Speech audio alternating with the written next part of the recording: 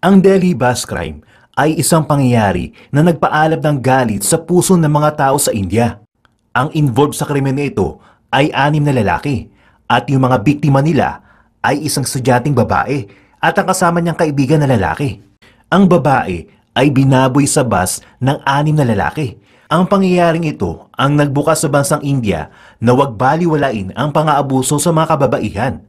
Ano ba talaga ang nangyari sa babaeng ito? At nahuli ba ang mga sospek? At yan ang alamin natin sa JP Amazing Stories.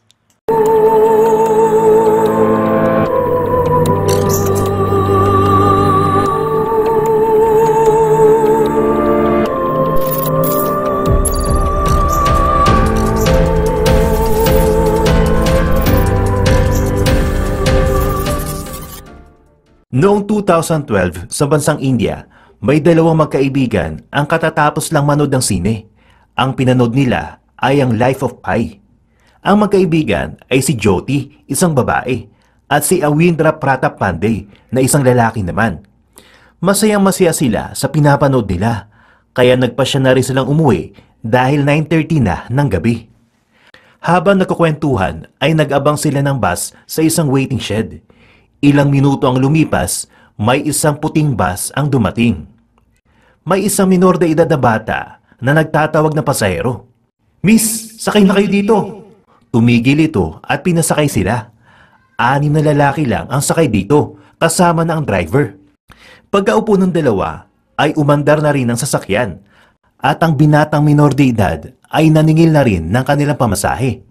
Nahalata ni Awindra na ibang ruta ang dinaanan ng driver, kaya nagduda na ito. Mas lalo pa itong kinabahan nang makita niyang nakasara ang pinto ng bus. Nang sinita niya ang driver, bigla nagtawanan ang mga pasaherong kasama nila. Tinatanong sila kung saan sila galing. "Saan kayo galing ha? Nag-short time ba kayo?" Kantsaw ng mga lalaki sa kanila. "Pare, ipara mo na lang pre, bababa na kami," sabi naman ni Awindra. "Bakit ba? Ang yabang mo naman," sabi ng isa sa mga kalalakihan sa bus. "Porket ba kasama mo si Miss Maganda? Mag-uutos ka lang itigil ang bus. Bakit? Sa'yo ba to?" Sasagot pa sana si Awindra pero nagsailapitan na ang grupo sa kanya. Sinubukan pa nilang lumaban pati si Jyoti pero wala silang nagawa dahil mas marami sila at umaandar ang bus. Hindi sila makatakbo. Bawat isa sa mga lalaki ay nag-ambag ng sipa at suntok kay Awindra. Hinampas pa siya ng tubo hanggang sa nawalan ito ng malay. "Wag! Tulungan niyo ako! Tulong!" Pagmamakaawa ni Jyoti habang nag-aalala sa kanyang kaibigan. Wala namang makakarinig sa kanya dahil mabilis ang takbo ng bus. Sinubukan niya pang lumaban pero kinaladkad lang siya ng mga walang awang lalaki papunta sa likod ng bus. Ang driver naman ay parang walang naririnig. Patuloy lang siya sa kanyang pagmamaneho. Hinampas si Jyoti ng tubo sa katawan at sa ulo. Lumalaban pa rin siya at pinagkakalmot ang kaya niyang maabot. Pero patuloy pa rin ang pananakit sa kanya. Sinubukan talaga ni Jyoti na makaalpas hanggang naramdaman niya na inaalisan na siya ng suot niyang damit. Wala na siyang lakas para pigilan sila. Nagsusumigaw ang isip niya pero wala nang lumalabas ang boses. Halinhinang binaboy ng mga demonyong lalaki si Jyoti. Hindi pa nakontento sa ginawa nila. Naisipan pa talagang babuyin ang kawawang biktima.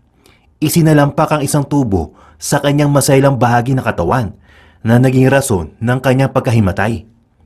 Matapos makontento sa kanilang kahayukan, ay itinapon lang nila ang 2 biktima sa daan at pagkatapos ay lumayo na roon. Mga bandang 11:00 ng gabi ay may napadaan na kotse sa pinagtapunan sa kanila. Sinakay agad nila sa kotse ang 2 at agad ito nagpunta sa Delhi Police at dinala ang 2 sa ospital. Napakahina na ni Jyoti nang makarating sa ospital.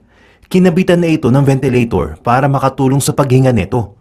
Nadiskubre ng mga doktor na malala ang kanyang mga sugat sa kanyang ari, sa kanyang uterus at pati na sa kanyang bituka.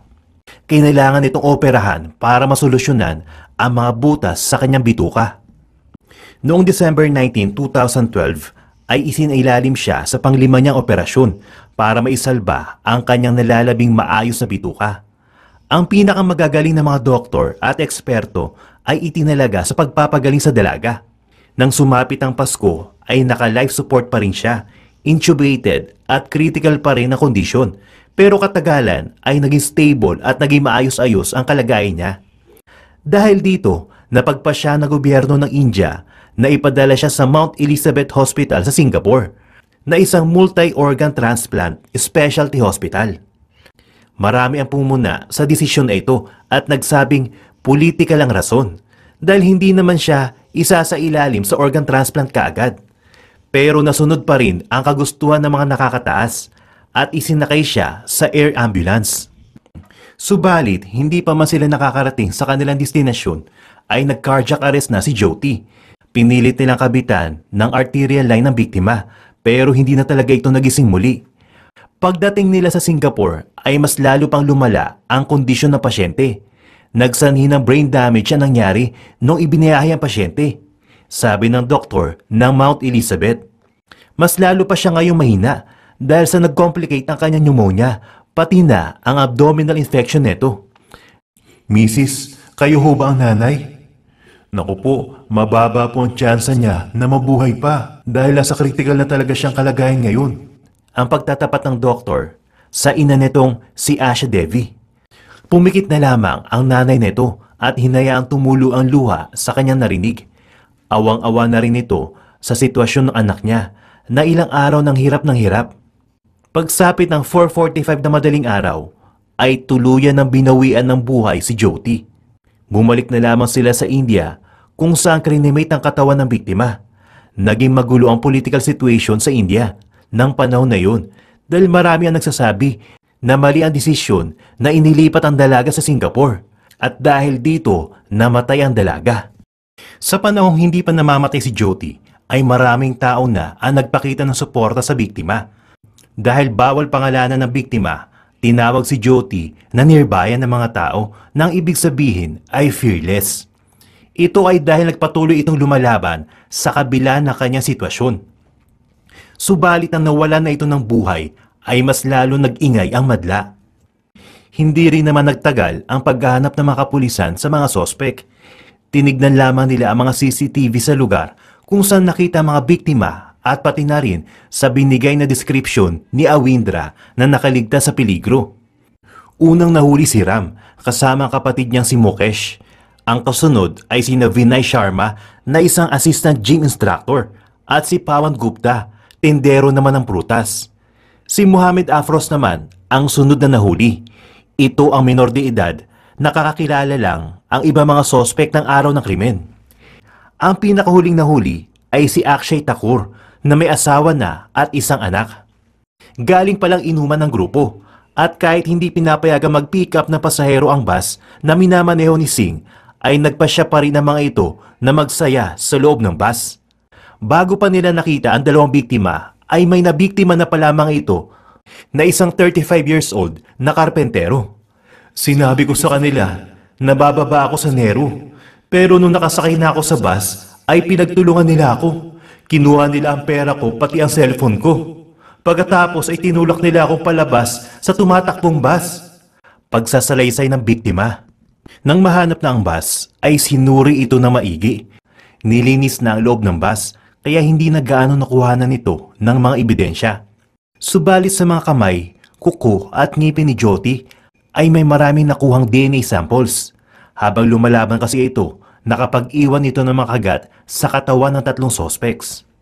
May nakuhang 2 bakal na may mga bakas ng dugo sa loob ng bus. Nang suri nito ng mga medical expert, ay nakonfirm na ito nga ang pinasok sa maselang parte ng biktima. Puro kalawang ang bakal. Nang mahuli na ang mga suspect, ay hindi sila pinagsama-sama sa isang kulungan. Si Mukesh, ang kapatid ng driver, ay dinala sa Tihar Jail. Pero kamuntikan na mapatay ng ibang mga inmates dahil binugbog ito kaya inilagay siya sa solitary confinement. Ang kapatid naman nitong si Ram ay naabutan ng nakalambitin at wala ng buhay. May mga kasama itong 3 preso sa loob ng selda pero wala nagsasalita kung ano talaga ang tunay na nangyari. Sinabi lang nila na paggising nila ay nakalambitin na ito. Ang sabi ng otoridad ay suicide ang nangyari. Pero pinagpipilitan ng pamilya nito na pinaslang raw si Singh, subalit walang lumalabas na saksi. kaya wala ring pinatunguhan ang kaso. Ang minor de edad na si Mohamed Afros ay kaagad nahatulan sa salang rape at murder. Pero dahil isang minor lang ito, kaya ang maximum sentence na ipinataw sa kanya ay 3 taong pagkakabilanggo lamang sa loob ng reform facility. Samantala, ang 4 pang akusado ay hinatulan din ng guilty sa parehong kaso at pinatawan ng parusang kamatayan. Subalit inapila ito sa New Delhi High Court noong March 13, 2014. Pero hindi pinakinggan ng korte ang kanilang panawagan na baguhin ang desisyong ito. Dinala naman ito sa Supreme Court of India na parehong desisyon ang binigay. Ang 4 na lalaki na umabuso at pumaslang kay Jyoti Singh ay binigyan na ng final decision ng korte. Itinakda ang kanilang pagbitay noong March 20, 2020. Nagbunyi ang karamihan sa India dahil natuloy ang pagpataw ng parusang kamatayan. Naging instrumento ang nangyari kay Jyoti para maging mas ligtas ang kanilang bansa.